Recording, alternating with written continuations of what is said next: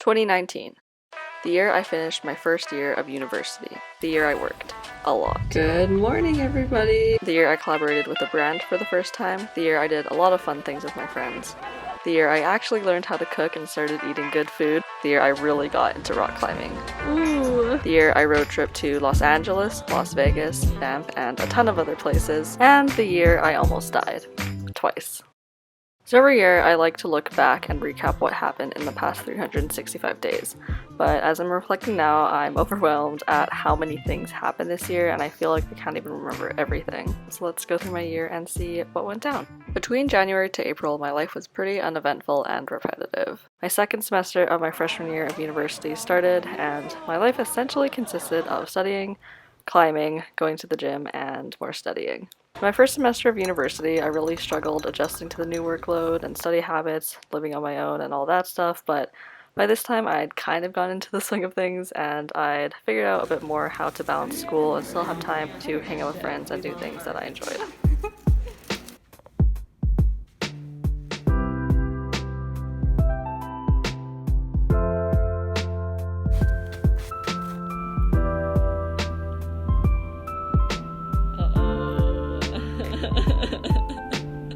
No. What is that? Is that a video? Oh my gosh, there's literally right there. Oh my gosh. Now one of those things was my YouTube channel and I hit 100 subscribers in March. At the end of April, I wrote all of my finals and then I headed home for the summer. And this summer was a very eventful one. I went top roping for the first time at my local climbing gym with Nydia and we fell in love. Just push off. Does that actually go out?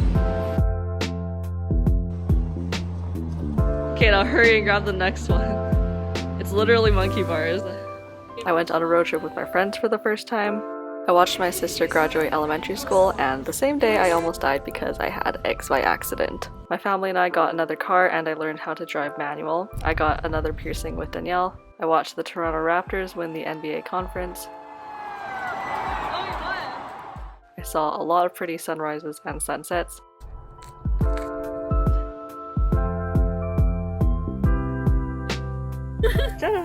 I volunteered at the Humane Society. Sweet Pea, you don't even ask for your own name. Sweet Pea. I celebrated Canada Day.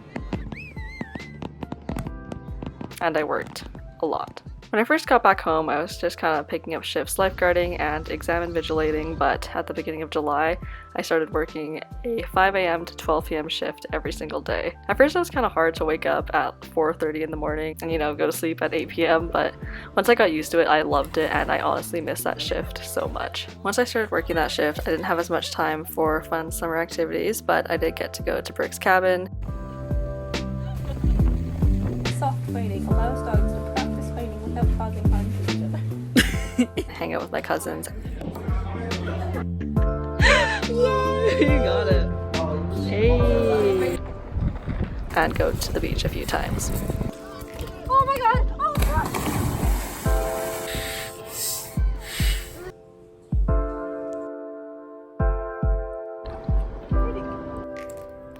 House. 3 little pigs. Castle it is! Castle? No. Brick wall. Yeah. Okay. Wow. Then at the beginning of August, me and Danielle's family went on a 3,000-kilometer road trip to Los Angeles, Las Vegas, Yellowstone, Yosemite, and Joshua Tree National Park, Big Sur, and all of the places in between. Yeehaw! Yeehaw.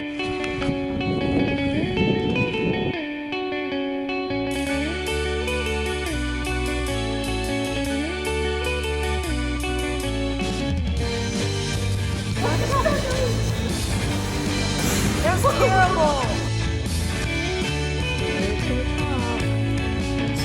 Oh my gosh, ow.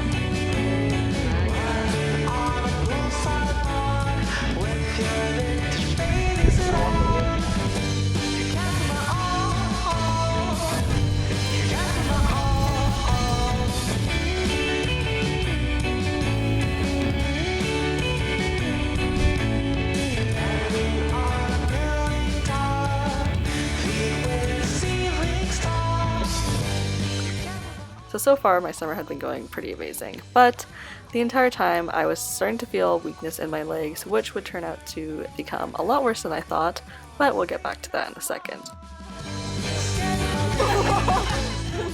My family and I got back from our trip, had one day to pack all of my stuff, and then the next day we drove me back to school to start my second year of university as a civil engineering student. At my university you have to apply to get into the specialty you want for second year, so I was really happy to get into my top choice. The first month of school did not go very well for me. I felt weak and tired all the time, and the weakness in my legs progressively worsened until I could barely walk up the stairs or walk 10 minutes to class without needing a break. But I kept pushing my body. I went to fun events on campus, I went rock climbing, I stayed up really late doing homework, and when I turned 19 years old, I also dyed my hair blue.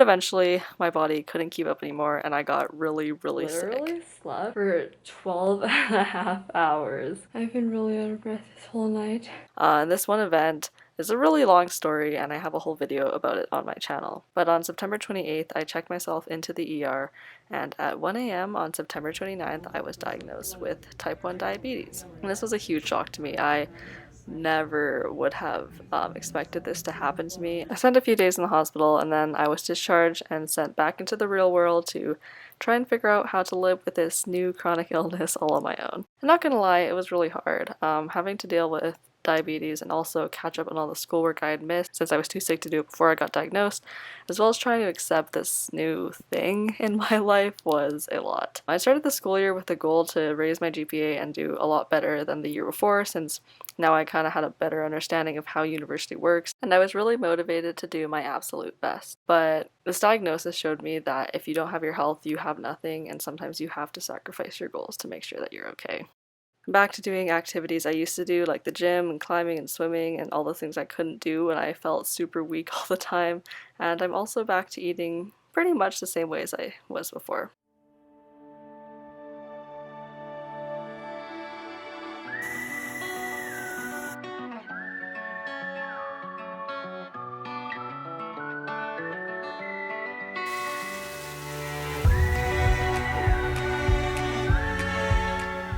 I finished up my classes in December and then studied harder than I ever had for my finals because I'd missed so much stuff. And then I went back home for the holiday season and I spent a lot of time with my friends and my family.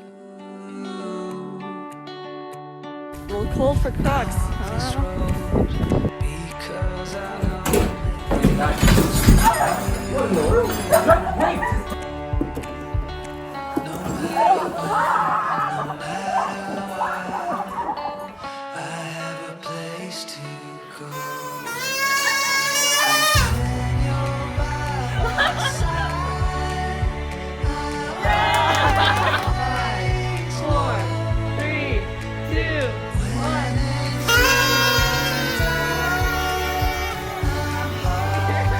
So yeah, that was my 2019. Overall, I think 2019 was a pretty good year. I had a lot of fun doing things with my friends. I got to lifeguard a lot, which I really enjoy. I traveled to a lot of different places and I also learned a lot of lessons. I think the biggest lesson I learned this year is that your health is everything, and if you don't have it, you have nothing. Between around June to the end of September, I was not at my 100% physically, and it really took a toll on everything, even though I didn't really realize it at the time. But now that I'm looking back, my quality of life was not very good, and all of it had to do because I wasn't very healthy. And obviously it wasn't anything that was my fault. But being diagnosed with diabetes taught me that being sick and unwell can really take away a lot from you, and it can really ruin your life. I'm really thankful that nothing too serious happened and that there weren't any complications from both of my near-death experiences. I think after this year I just have a greater appreciation for having a healthy body and a healthy mind. So to 2019, thank you so much for all of the great memories and all of the fun experiences that I had this year. And to 2020, I'm really excited to see what's in store.